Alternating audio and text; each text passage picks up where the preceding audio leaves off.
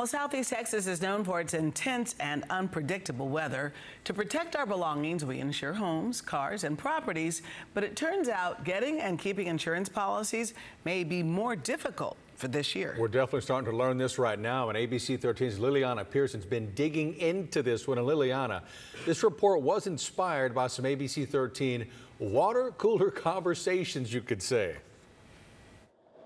Yes, it sure was. One of our IT specialists, Jeff Hoogie, and meteorologist Travis Herzog, they were chatting today, catching up, when Jeff brought up the fact that yesterday he got a letter from Progressive. They were letting him know that they were not going to renew his home insurance policy, and the reason is because of the hurricane season that has been forecasted. Of course, Jeff was fairly surprised about this. He lives all the way up in Cyprus, but it got all of us wondering, how often are these insurance policies being pulled when people are willing to pay for them?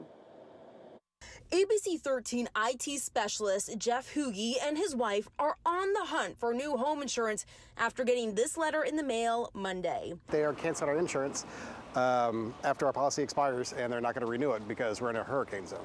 Hoogie says he spent years paying into an insurance policy to be prepared for an emergency and feels cheated to have that taken away. It's just frustrating. You think that insurance companies are there to help you out when you're in need, but then they cancel it because they don't want to pay out. According to insurance adjuster Art Jansen, insurers canceling policies in high-risk areas is legal and not uncommon. People are spending more money and probably getting less coverage and higher deductibles right now.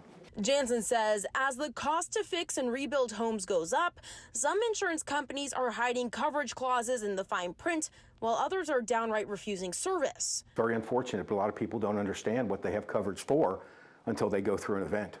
Now is the time to get on the phone with your insurance advisor or company to comb through the fine print and make sure the coverage you think you have is what you're paying for. Also, document what you own in case you need to file a claim. Take a video of your house that shows what you have, shows the number of clothing that you have, the maybe collectibles, things that are a little outside the norm. You know, but the better you can be prepared and the more information you can give to your insurance company, the better success you'll have with your claim. Your policy needs to be active for 30 days before you can use it. Hoogie says he's now scrambling to be covered before it's too late. June 29th, I believe it is the last date on it. So we got a little bit of time.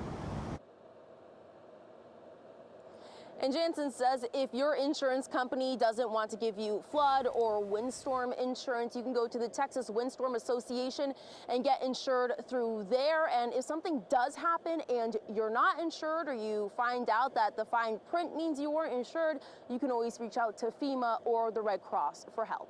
From Houston, I'm Liliana Pearson, ABC 13 Eyewitness News.